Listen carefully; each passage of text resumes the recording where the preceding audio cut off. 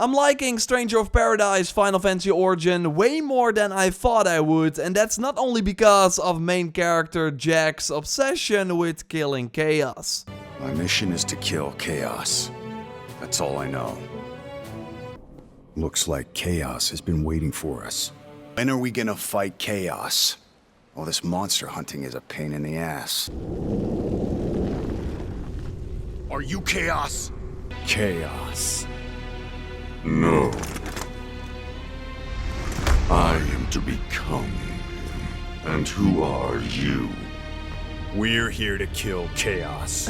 Yeah, the game doesn't take itself too seriously. Instead, the focus is on the gameplay and especially the boss fights. Like, if you don't use all your tools and moves to your advantage, then you will have a really hard time, making it super satisfying when you finally succeed. I want to thank Square Enix for sponsoring this video. Check the game out via the special link in the video description. There's also a demo, by the way, so you can feel the game for yourself, because that is what really sold me on it. The impact of your massive sword against enemies just feels really good, and I say massive sword because you start the game with that, but you can also wield a katana or a ton of other weapons, invest in magic so you can deal damage from afar.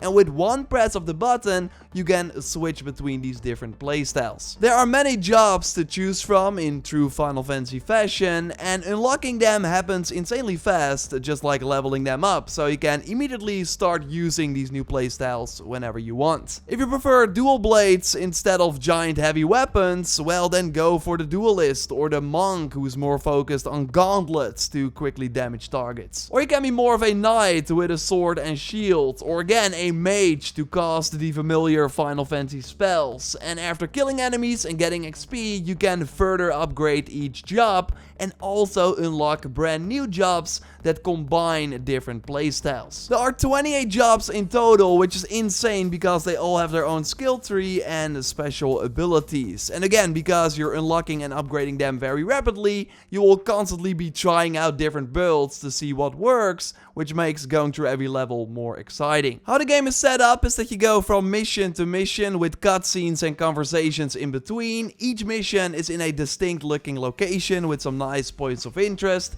Sure, it's totally not the most beautiful game you've ever seen, but the focus is here on having that higher frame rate, so the combat feels even better, which I think is worth the trade-off. There are multiple checkpoints in each level, some secrets to find here and there, like chests with loot, some puzzles to keep you on your toes, and you will encounter a lot of different enemies in between the checkpoints too, and at any point you can switch out your playstyle or equip new loot to take them on. But the main attraction is totally the boss fight at the end. Every boss I encountered so far, and trust me, there are a lot, is unique in terms of look, but also in terms of moves and tactic that is required to take them out. Like the Chimera starts out dangerous, but gets even crazier in the second phase when you pull off his wings, and then heads grow in return, making him able to do multiple attacks at once. The Tiamat was totally one of the more challenging bosses, because instead of nuking the health bar, you have to focus on its many heads, because it will regenerate health at some point. So making sure to decrease the stagger bar to follow up with a cool finisher is the way to go. Or early in the game you find this pirate, which will do a whirlwind attack with his axe and also summon his allies, so you have to worry about them as well. Luckily, you're not alone either, because even when you're playing alone, you also have Jet and Ash fighting alongside you. But you can also play every mission in co-op by making a room before you start for other people online to join in, or you can simply invite your friends to play with them. The room host will stick to playing main character Jack, while people joining your room will be playing one of the party members, while maintaining their own progression and loot. And some jobs work just way better in co-op, like White Mages, which focus on buffs and healing. Like, this can really be a game changer when you have a more attack focused friend. And really, coordinating with your friends on when to use certain attacks, how to use revives, and on which enemy to focus really adds another layer to the already deep combat. Although again, you can play everything solo, and that's how I fought one of my favorite bosses in the game so far. Although favorite, it's totally a love-hate relationship.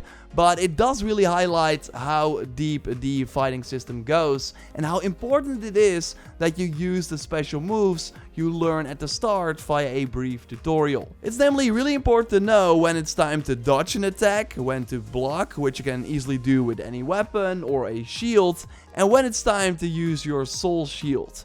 This namely makes you able to block an incoming attack and get some MP back in return, which is needed to use any of the skills in the game. So this also makes sure that even supports and mages that usually stand far away from the target now have to get close to an enemy as well to absorb their hits into MP to cast more spells. So in other games you're normally trying to avoid most attacks, especially with a ranged class, but here you are forced to read the enemy and get close enough to be more effective. But even cooler is that you can steal certain spells from enemies and then use them against them. Just use the soul shield when an enemy is casting one of the purple spells and they can keep them and use them at any time you want. So we go back to that Black Knight. So the first phase is him on a mount, but going into the second phase you actually kill the horse, so then the knight is only on foot. At one point though he will summon copies of himself, which are quite annoying and will disappear after some time.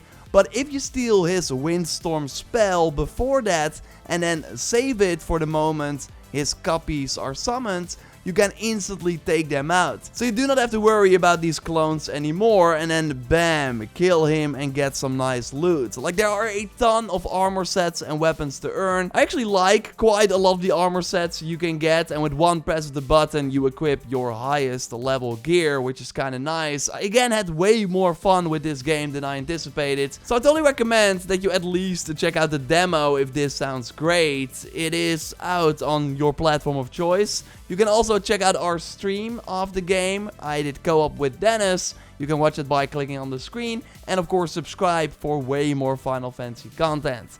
A like on the video would really help me out. And I will speak to you soon. Goodbye.